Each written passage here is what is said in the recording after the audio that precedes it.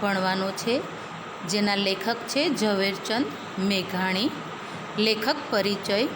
ઝવેરચંદ મેઘાણી એમનો જન્મ 28/8/1996 ચોટીલા ગામમાં અને મૃત્યુ 1947માં થયું હતું અને તેમને રાષ્ટ્રીય શાયરનું બિરુદ ગાંધીજીએ આપ્યું હતું. તેમણે કવિતા, વાર્તા, નવલકથા, નાટક, વિવેચન અને ચરિત્ર જેવા સાહિત્ય આપ્યા.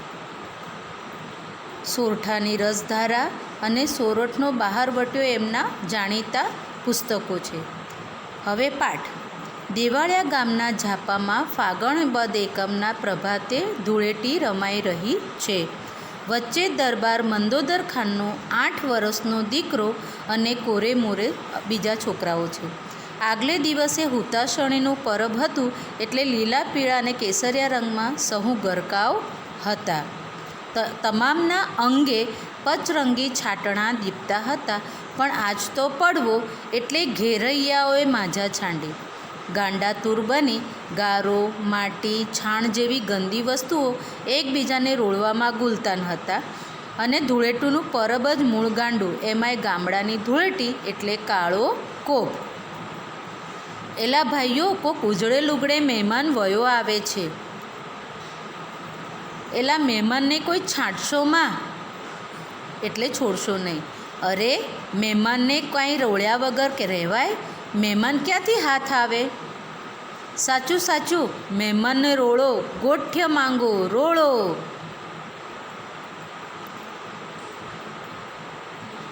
ધોળું બાસ્તા જેવું પાસાબંધી કેળ્યું, પગના કાંઠે 3 ડોરણાવાળી પગતી ચોરણી, ઉપર બગસરાની ગરેડી, કોરોની પછેડીની ભેટ અને બગલમાં દબાવેલી એક ફાટેલી તૂટેલી મ્યાનવાળી તલવાર, કેળે કોઈ કાળાંતરની જૂની કટારી અને એવી દાઢી મૂછના ઘાટ કાતરાવાળો મહેમાન ચાલ્યો આવે છે. એટલે કે અહીં મહેમાનનું વર્ણન છે. વસંત ઋતુમાં વન બગડે આંબાના મોરમાંથી વછૂટતી એટલે છૂટતી ફોરમો લેતો લેતો કેસુડાના ફૂલની ચૂંદડી જાણે વનરાઈએ ઓઢી લીધી હોય એવો શણગાર જોતો, છતાં પોતાને હુતાશણીનો જરાય ઉલ્લાસ નથી એવો આદમી ઘડીએ ઘેરૈયાની લગોલગ આવી પહોંચ્યો અને ઘેરૈયાઓ ચીસ પાડી ઉઠ્યા. મને રોળશોમાં, ભલા થઈ મને છાટશોમાં, તમારા પગે લાગુ. પરોણે ના પાડી તેમ તો ઘેરૈયાઓને ઉલટાની વધુ ચાનક ચડી અને બમણા ત્રમણા ચડે ભરાઈને સૌ બોકાસા પાડવા લાગ્યા. હા ખબરદાર, મહેમાનને ઓળખા નહીં એવો ચિતરી મેલો, લાવો મશને ગારો. જોત જોતામાં તો ધૂળ ઉડવા માંડી. ઘેરૈયાએ એક સામટી ઝપટ કરી મહેમાન તો જાળવી જાઓ કરતો પાછો હટવા લાગ્યો. અહીં આગળ આપણને ધૂળની આંધીઓનો માહોલ જોવા મળે છે અને મહેમાન એ લોકોથી છેટું રાખવા પણ જુવાનો આંબે આંબુ થઈ રહ્યા હતા. ઘેરૈયા ચસકા કરતા ઉપર પડતા જાય, પોતે 2 કદમ પાછો હટતો જાય ને રેવા દ્યો કરતો જાય. ધૂળની ડમરી ઉડે છે એટલે પોતે કાંઈક જોઈ શકતો નથી. એ રીઢિયા રમણ, એ ચસકા, એ કાલાવાલા અને તલવારના ઝાવા અને ધૂળની આંધીઓને કોઈક અલગ જ માહોલ જામી પડ્યો છે. એમાં અચાનક ધબ દઈને કોઈ પડ્યું. અરે ગજબ થયો, કુંવર પડ્યા, કુંવરને વાગ્યું, કુંવર જોખમાણા. મહેમાને કુંવરને તલવાર મારી, પકડો, ઝાલજો. મુસાફર ચોંક્યો, એ ભાન ભૂલી ગયો અને ભાગ્યો ઊભી વાટે સીમાડા હળી કાઢીને. શું થયું એ જોવા કે પૂછવાની વેળા ન રહી. પાછું વળીને જોવા અને જાણવાની પણ એને કદર કરી નહીં. અહીં ઝાપામાં તો કાળો કેર થઈ ગયો. મંદોદર ખાન દરબારનો 8 વર્ષનો દીકરો કુંવરને બરાબર ગળાની ભૂંગળી પર તલવારનો વાડ પડ્યો. લોહીનું ખાબોચિયું ભરાઈ ગયું અને ઘડી બે ઘડીમાં તો એની નાળ રજા લેશે એવું થઈ ગયું. પણ આ થયું શું? થયું એમ કે ઘેરાયાથી બચવા માટે બધાને પોતાનાથી છેટા રાખવા મહેમાને જેમ મ્યાન સાથે તલવાર આડી વીંચતો હતો, દૈવ ગતિથી આ આંધીમાં કોણ જાણે ક્યારે નીકળી પડ્યું કોઈને ખબર નહીં. અને આ રીતે અજાણતા એનાથી તલવાર કુંવરને વાગી ગઈ અને તલવારની પીછે અકસ્માત કુંવરના ગળાની ભૂંગળી પર લબરકો લેતી ગઈ. ગળાની ભૂંગળી એટલે શ્વાસનળી. કુંવર તો એક કુંબળી વહીનો. પલકમાં તો માણસો ડેલીએ દોડ્યા. કાવા કસુંબામાં આખો ડાયરો ઘેઘૂર છે. દરબાર મંદોદર ખાન જાતના માલે સલામ, પણ અસલ તો રાઠોડ રજપૂતની જ ઓલાદ અને એક જ ગામડાના ધાડી એટલે કે વાડકીનું શિરામણ. એટલે એક જ ગામના હતા, પણ પેટ બહુ મોટું. મોટા પેટનું એટલે ઉદાર દિલનું. એટલે ફૂલની સુવાસ પામી જેમ કારીગરો, નટવાઓ, કવિઓ, ગાવા બજાવનારાઓ જે આજ ઉજળા દિવસે દેવાળિયાની ડેલીએ આવતા સમાતા નથી. અને ત્યાં જ અચાનક રંગમાં ભંગ પડ્યો. કુંવરને કોઈએ માર્યો એવી બૂમ પડી. લોકોએ સમાચાર આપ્યા. અરે કોણ? કોક મુસાફરે. ખોટી વાત, આજે કોનો દી ફર્યો છે? અરે બાપુ, આ મારીને જાય ઊભી માર્ગે ઉઘાડી તલવારે. હા, લાવો મારી ઘોડી. ₹2000ની રોજડી ઘોડી હાથીના કુંભાથળ માથે જાતી, ડાબા માંડે તેવી ભાગતા હરણની સાથે ભેટો કરનારી અને ફક્ત ચોકડા ભરી મંદોદર ખાને રાંગમાં લીધી. સાથળ હેઠે તલવાર દબાવી રોજડીને ડચકારી જાણે તીર છૂટ્યું હોય તેમ એ નીકળ્યો. ઝમ ઝમ ઝમ આંખના 3 પલકારા ભેગી તો ઘોડી સીમાડે પહોંચી. સમથળ ધરતીમાં સામે જુએ તો ત્યાં આદમી ભાગતો ભાળ્યો. હાથમાં ઉઘાડી તલવાર પિયાલા જેવી ચમકે છે. સમજી લીધું કે એ જ ખૂની. મંદોદર ખાને ઘોડીને ચાંપી એટલે ઊભી રાખી. મહેમાન દોડ્યો જાય છે ત્યાં ડાબલા સંભળાય છે. થંભી ગયો. પાછો ફરીને જોતાની વારમાં જાણી લીધું કે પોતાનો કાળ આવી પહોંચ્યો છે. હવે પોતે પગપાળો તે ભાગીને કેટલો જશે. એમ મરવું તો છે જ, માટે હવે ચિથરા સિદ્ધ ફાડવા. ઊભો રહ્યો. બોલીને તો કાળને અટકાવાય એમ હતું નહીં. ખુલાસો કરવાનો વખત નથી રહ્યો એટલે સામા ઊભા રહીને મુસાફરે પોતાની તલવાર પોતાના ગળે જ માંડી. અસવારે સમસ્યા સમજી ગયો. જાણ્યું કે કોઈ ત્રાગાળું વરણ લાગે છે અને હું આગળ વધીશ તો એ તલવાર ગળામાં પરોવીને મારા સીમાડે લોહી છાંટશે એમ સમજી એણે રોજડીને થંભાવી આગેથી જ પૂછ્યું.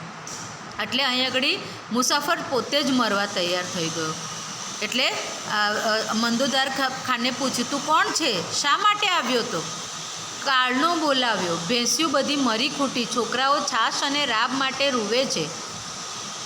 નહોતો આવતો, પણ ચારણીએ ધકેલ્યો. મંદોદર ખાનની વાસના માથે એટલે કંઈક મળશે એવી આશાએ. કુંવરને તે માર્યો? ઈશ્વર જાણે, મને ખબર નથી. હું તો એટલું જાણું છું કે મારે ડેલી આવવું હતું. ચિથરા પહેર્યા હશે તો ભૂંડો દેખાઈશ એમ માનીને ભેળી લુગડાની કોરી જોડ હતી તે ગામ બહાર બદલાવી. ઘેરાયા મને રોળવા આવ્યા. મેં એમનાથી ઉગરવા મ્યાન ભીડેલી તલવાર વીંજી અને મ્યાન ક્યારે નીકળી પડ્યું તેની મને ખબર ન પડી. આટલી વાત થાય ત્યાં પછવાડે ગોકીરા સંભળાયા. કાળી ચીસો પાડતું ગામ આખું હલકીને ચાલ્યું આવે છે. કોઈના હાથમાં તલવાર તો સાંભેલા તો કોઈ દ્યો દેકારો બોલાવતા આવે છે. દેકારો એટલે અવાજો કરતા આવે છે. ભાળતા જ ચારણે ફાળ ખાવી એટલે ચિંતા થઈ. મંદોદર ખાને રોજડીને માથેથી રાંગ છોડી અને એને સાદ કર્યો એટલે અવાજ કર્યો. ગઢવા, અહીં આવ, આ લે. શું? આ મારી ઘોડી આપું છું, ચડીને ભાગવા માંડ. શું બોલો છો? ગઢવા, વાત કરવાની વેળા નથી. જોયું, આમ આખું ગામ હલક્યું છે ને તે એના કુંવરને મારી નાખ્યો છે. આંબ્યા ભેળા તારી કાયાના રાય જેવા કટકા જાણજે. અરે પણ ભાઈ તમે? હું મારી ઓળખાણ અટાણે નહીં, પછી અટાણે તો ભાગી નીકળ. નીકર તારા છોકરા રજડી પડશે અને ગામ લોકો તામા ને તામા મારાથી રોક્યા રહેશે નહીં. પણ બાપુ તારું નામ? અરે નામ ખુદાનું. ચારણને બાવડે ઝાલીને રોજડી પર બેસાડ્યો અને ચોકડું હાથમાં આપી વાંસેથી પૂઠો ડચકારી પૂંછનો ઝૂંડો મારતી ઘોડી તો જોતામાં અલોપ થઈ ગઈ.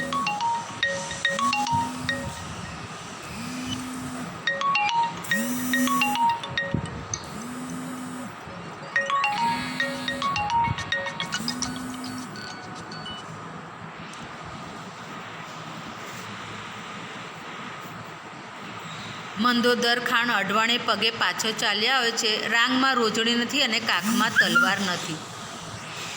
કાં બાપુ? માળો લોઠંગો આદમી મને જીતવા ન દીધો. તલવારને ઘોડી બેવ લઈને ગયો. અરે રાખો રાખો બાપુ, ફણીધરના માથેથી મણી લઈ જાય તો જ મંદોદર ખાનની રાંગમાંથી રોજડી લેવાય.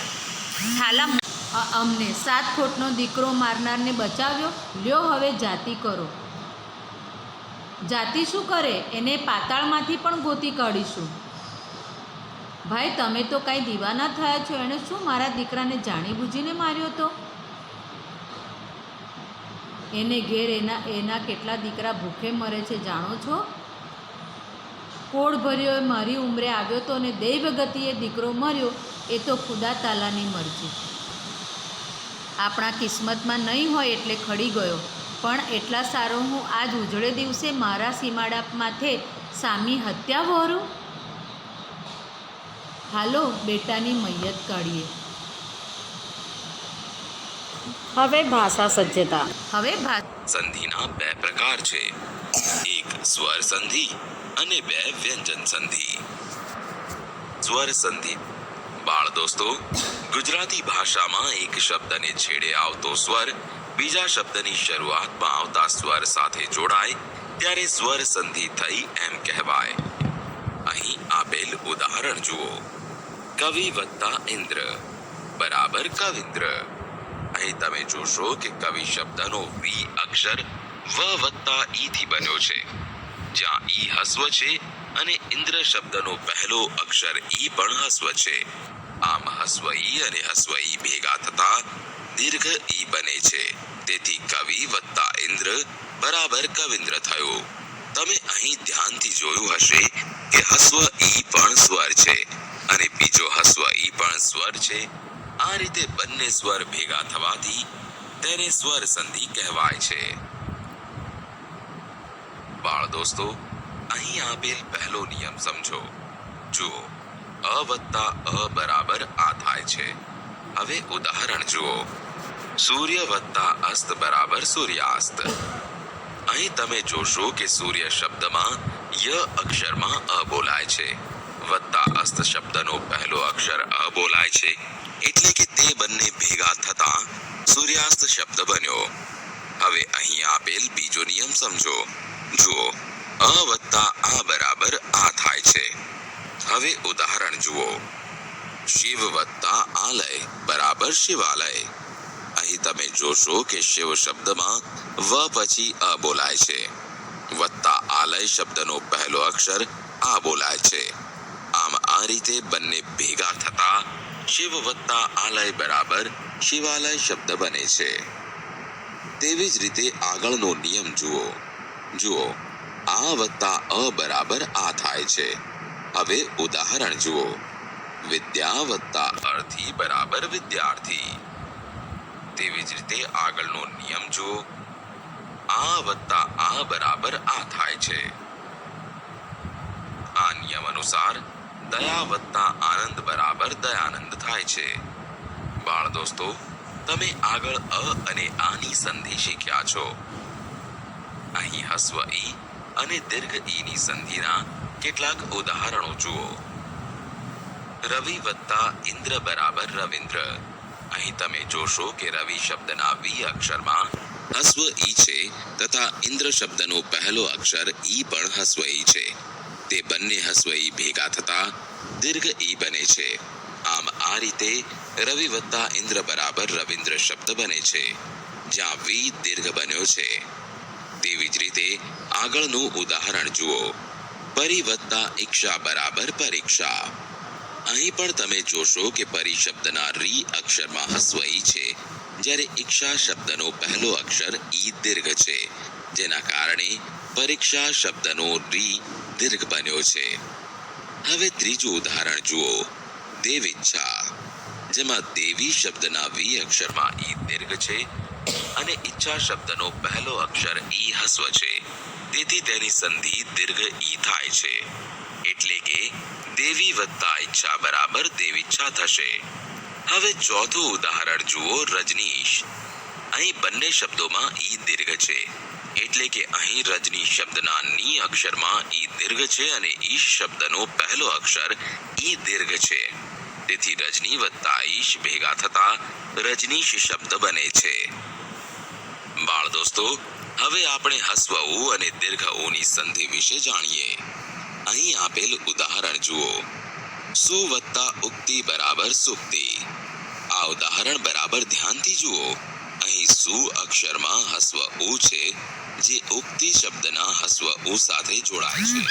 અહીં ઉક્તિ શબ્દનો પહેલો અક્ષર ઉ પણ હસ્વ છે, જ્યારે સંધિ થાય ત્યારે સુ વત્તા ઉક્તિ બરાબર સુક્તિ શબ્દ બને છે, જેમાં સુક્તિ શબ્દનો સુ દીર્ઘ બને છે. હવે બીજું ઉદાહરણ જુઓ. સિંધુર્મી. અહીં સિંધુ વત્તા ઉર્મી શબ્દોમાં સિંધુ શબ્દના ધુ અક્ષરમાં હસ્વ ઉ છે, જે ઉર્મી શબ્દના દીર્ઘ ઉ સાથે જોડવાથી ધુ દીર્ઘ બને છે. આમ આ રીતે સિંધુ વત્તા ઉર્મી બરાબર સિંધુર્મી શબ્દ બને છે. બાળ દોસ્તો, હવે આપણે અ અને હસ્વ ઈ તથા અ અને દીર્ઘ ઈની સંધિના કેટલાક ઉદાહરણો જોઈશું. હવે પહેલું ઉદાહરણ જુઓ. ઉપવત્તા ઇન્દ્ર બરાબર ઉપેન્દ્ર, જેમાં અ અને હસ્વ ઈની સંધિ થતા એ બને છે. જેમ કે ઉપ શબ્દના પ અક્ષરમાં અ છે અને ઇન્દ્ર શબ્દનો પહેલો અક્ષર હસ્વ ઈ છે, તેથી તે બંને ભેગા થતા ઉપવત્તા ઇન્દ્ર બરાબર ઉપેન્દ્ર શબ્દ બને છે. હવે બીજું ઉદાહરણ જુઓ. યથા વત્તા ઇષ્ટ બરાબર યથેષ્ટ, જેમાં આ અને હસ્વ ઈ ભેગા થવાથી પણ એ થાય છે. જેમ કે યથા શબ્દના થા અક્ષરમાં આ છે તથા ઈષ્ટ શબ્દનો પહેલો અક્ષર હસ્વ ઈ છે, જેની સંધિ યથા વત્તા ઇષ્ટ બરાબર યથેષ્ટ થાય છે. હવે ત્રીજું ઉદાહરણ જુઓ. યોગ વત્તા ઈશ બરાબર યોગેશ, જેમાં અ અને દીર્ઘ ઈની સંધિ થવાથી પણ એ થાય છે, તેથી યોગ શબ્દના ગ અક્ષરમાં અ અને ઈશ શબ્દનો પહેલો અક્ષર દીર્ઘ ઈ ભેગા થવાથી યોગ વત્તા ઈશ બરાબર યોગેશ શબ્દ બને છે. હવે ચોથું ઉદાહરણ જુઓ. ઉમા વત્તા ઈશ બરાબર ઉમેશ. અહીં આ અને દીર્ઘ ઈ ભેગા થવાથી ઉમા વત્તા ઈશ બરાબર ઉમેશ શબ્દ બને છે, જેમાં ઉમા શબ્દના મા અક્ષરમાં આ અને ઈશ શબ્દનો પહેલો અક્ષર દીર્ઘ ઈ ભેગા થાય છે. બાળ દોસ્તો, હવે આપણે અ અને હસ્વ ઉ, અ અને દીર્ઘ ઉની સંધિ તથા આ અને હસ્વ ઉ, આ અને દીર્ઘ ઉની સંધિના ઉદાહરણ જાણીશું. હવે પહેલું ઉદાહરણ જુઓ. સૂર્યોદય, જેમાં સૂર્ય શબ્દના ય અક્ષરમાં અ અને ઉદય શબ્દનો પહેલો અક્ષર હસ્વ ઉ ભેગો થતા સૂર્ય વત્તા ઉદય બરાબર સૂર્યોદય થાય છે, એટલે કે અ વત્તા ઉ બરાબર ઓ થયેલ જુઓ. હવે બીજા ઉદાહરણમાં જુઓ. પ્રણયોર્મી, જેમાં પ્રણય શબ્દના ય અક્ષરમાં અ અને ઉર્મી શબ્દનો પહેલો અક્ષર દીર્ઘ ઉ છે, તે બંને ભેગા થતા અ વત્તા ઉ બરાબર ઓ, એટલે કે પ્રણય વત્તા ઉર્મી બરાબર પ્રણયોર્મી બને છે. હવે ત્રીજું ઉદાહરણ જુઓ. મહા વત્તા ઉદય બરાબર મહોદય, જેમાં મહા શબ્દના હા અક્ષરમાં આ અને ઉદય શબ્દનો પહેલો અક્ષર હસ્વ ઉ ભેગો થતા મહા વત્તા ઉદય બરાબર મહોદય થાય છે, એટલે કે આ વત્તા ઉ બરાબર ઓ થયેલ જુઓ. હવે ચોથું ઉદાહરણ જુઓ. ગંગા વત્તા ઉર્મી બરાબર ગંગોર્મી, જેમાં ગંગા શબ્દના ગા અક્ષરમાં આ તથા ઉર્મી શબ્દનો પહેલો અક્ષર દીર્ઘ ઉ છે, જેનાથી આ વત્તા ઓ બરાબર ઓ બને છે, એટલે કે ગંગા વત્તા ઉર્મી બરાબર ગંગોર્મી શબ્દ બને છે. બાળ દોસ્તો, હવે આપણે અ વત્તા એ અને આ વત્તા એ બરાબર અહીંની સંધિના ઉદાહરણ જાણીશું. હવે પહેલું ઉદાહરણ જુઓ. પુત્ર વત્તા એષણા બરાબર પુત્રેષણા. જેમાં પુત્ર શબ્દના ત્ર અક્ષરમાં અ અને એષણા શબ્દનો પહેલો અક્ષર એ જોડતા પુત્રેષણા શબ્દ બને છે. હવે બીજું ઉદાહરણ જુઓ. સદા વત્તા એવ બરાબર સદૈવ.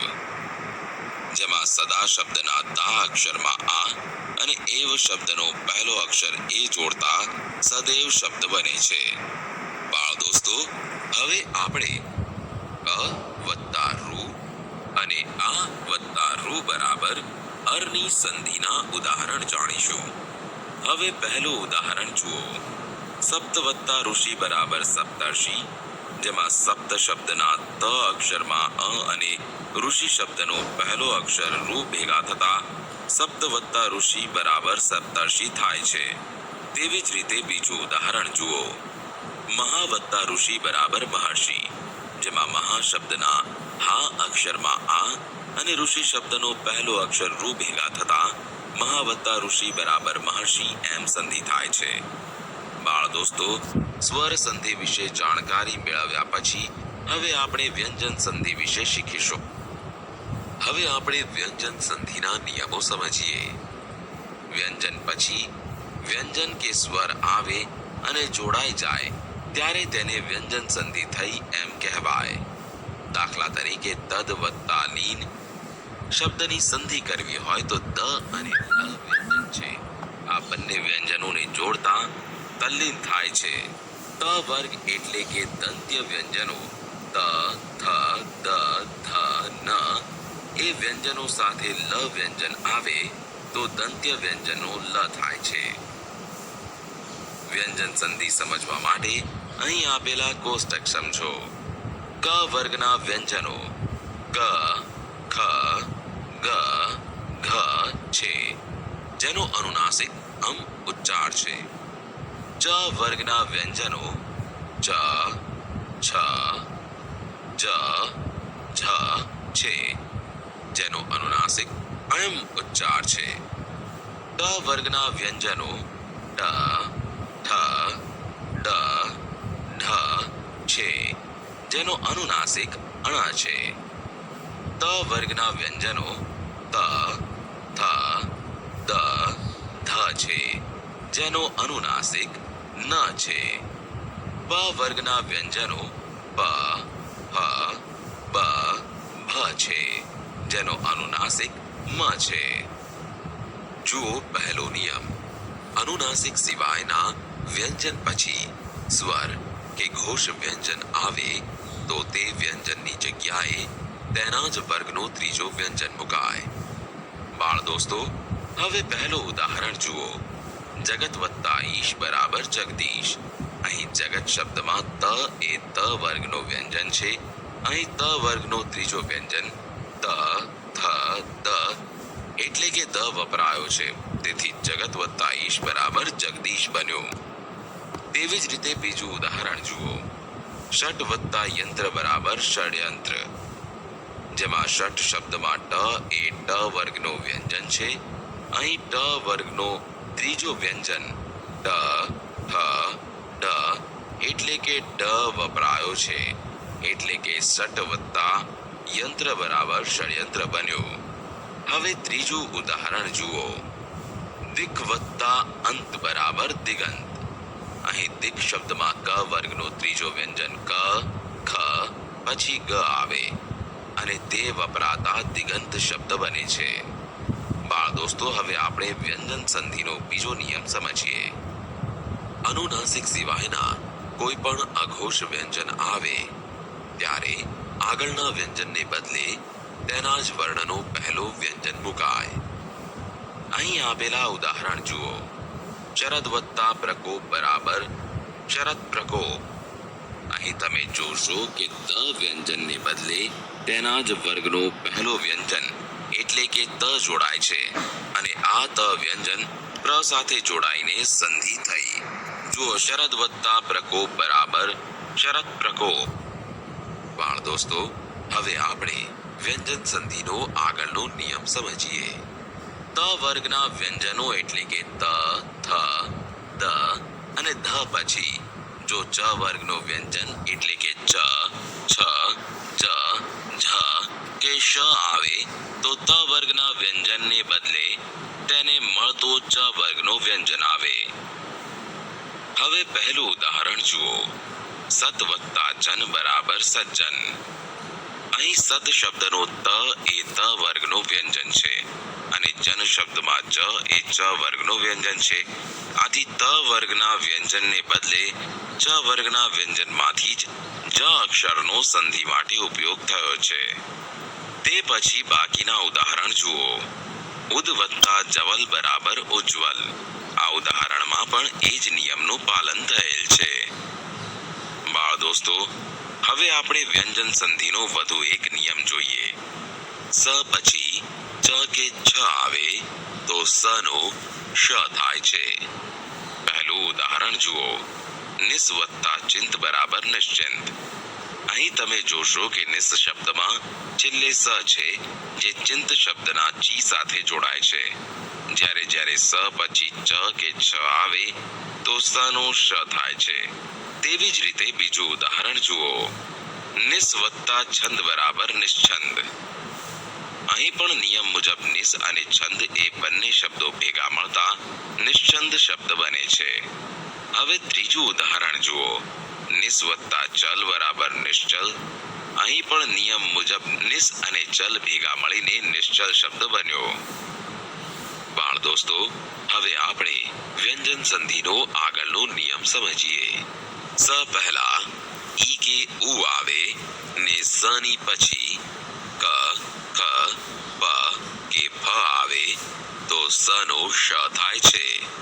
હવે અહીં આપેલા ઉદાહરણ જુઓ. નિસ વત્તા કામ બરાબર નિષ્કામ. અહીં સ પછી ક આવેલ છે. તેથી નિસ શબ્દનો સ અને કામ શબ્દનો ક જોડતા સ ને બદલે શ થયેલો જોઈ શકશો. હવે બીજું ઉદાહરણ પણ જુઓ, જેમાં દુષ શબ્દના સ અને પ સાથે જોડતા દુષ્પ્રાપ્ય શબ્દ બને છે. એટલે કે સ નો શ થયેલ જોવા મળે છે. તેવી જ રીતે ત્રીજા ઉદાહરણમાં નિસ શબ્દના સ પછી ફ આવેલ છે, જેથી નિયમ મુજબ સ નો શ થયો છે. બાળ દોસ્તો, હવે આપણે વ્યંજન સંધિનો વધુ એક નિયમ શીખીએ. સ ની પૂર્વે અ અને પછી ઘોષ વ્યંજન આવે તો સ નો ઉ પછી પૂર્વેના અ સાથે મળીને ઉ નો ઓ થાય છે. અહીં આપેલ ઉદાહરણ જુઓ. અધસ વત્તા ગતિ બરાબર અધોગતિ શબ્દ બને છે. અહીં તમે જોશો કે અધસ શબ્દમાં સ અક્ષરની પહેલા ધ અક્ષરમાં અ સ્વર છે, તેથી સ નો ઉ કરેલ છે તથા ગતિ શબ્દના પ્રથમ વ્યંજન ગ અક્ષરમાં પણ અ સ્વર હોવાથી ઉ અને અ ભેગા મળતા ઓ કરેલ છે. હવે બાકીના ઉદાહરણ જુઓ. મનસ વત્તા હર બરાબર મનોહર. જેમાં મનસ શબ્દના સ અક્ષરનો ઉ અને હર શબ્દમાં હ અક્ષરનો અ છે. તે બંને ભેગા કરીએ તો ઓ થયેલ છે. તેથી મનસ વત્તા હર બરાબર મનોહર શબ્દ થશે. તે પછીના ઉદાહરણો પણ આ જ નિયમને અનુસરે છે. બાળ દોસ્તો, હવે આપણે વ્યંજન સંધિનો આગળનો નિયમ સમજીએ. અનુનાસિક સિવાયના સ્પર્શ વ્યંજન પછી શ આવે તો શ નો છ થાય છે. બાળ દોસ્તો, અહીં આપેલા તમામ ઉદાહરણો જુઓ. દરેકમાં વત્તા પછી શ આવે છે. જ્યારે જ્યારે અનુનાસિક સિવાયના સ્પર્શ વ્યંજન પછી શ આવે તો શ નો છ થાય છે. ફરીથી પહેલું ઉદાહરણ જુઓ. ઉદ વત્તા શ્વાસ. અહીં દ અને શ ને જોડવાના થાય છે. શ જોડતા ઉદ વત્તા શ્વાસ બરાબર ઉચ્છ્વાસ થાય છે. તેવી જ રીતે બીજા ઉદાહરણ જુઓ. ઉત વત્તા શ્વાસ બરાબર ઉચ્છ્વાસ. ઉચ્ચ વત્તા છવાસ બરાબર ઉચ્છ્વાસ. ચિદ વત્તા શક્તિ બરાબર ચિત શક્તિ. ચિત વત્તા શક્તિ બરાબર ચિત શક્તિ. ચિચ વત્તા શક્તિ બરાબર ચિત શક્તિ. અહીં દરેકમાં શ નો છ થયેલ જોઈ શકશો. બાળ દોસ્તો, હવે આપણે વ્યંજન સંધિનો વધુ એક નિયમ સમજીએ. સ થી શરૂ થતા શબ્દ પહેલા જોડાયેલા શબ્દને અંતે અ કે આ સિવાયનો સ્વર હોય તો સ નો શ થાય છે. અહીં આપેલ ઉદાહરણ જુઓ. વી વત્તા સમ બરાબર વિષમ. અહીં તમે જોશો કે સમ શબ્દની પહેલા વી અક્ષરમાં હસ્વ ઈ જોડાયેલ છે, જ્યારે સ થી શરૂ થતા શબ્દ પહેલા જોડાયેલા શબ્દને અંતે અ કે આ સિવાયનો સ્વર હોય તો સ નો શ થાય છે. તેથી અહીં સ નો શ થયેલો જોવા મળશે. તેવી જ રીતે ત્રીજું ઉદાહરણ જુઓ. સુ વત્તા સમા બરાબર સુષ્મા. અહીં પણ તમે જોશો કે સમા શબ્દની પહેલા સુ અક્ષરમાં હસ્વ ઉ જોડાય છે, તેથી અહીં પણ સ નો શ થયેલો જોવા મળશે.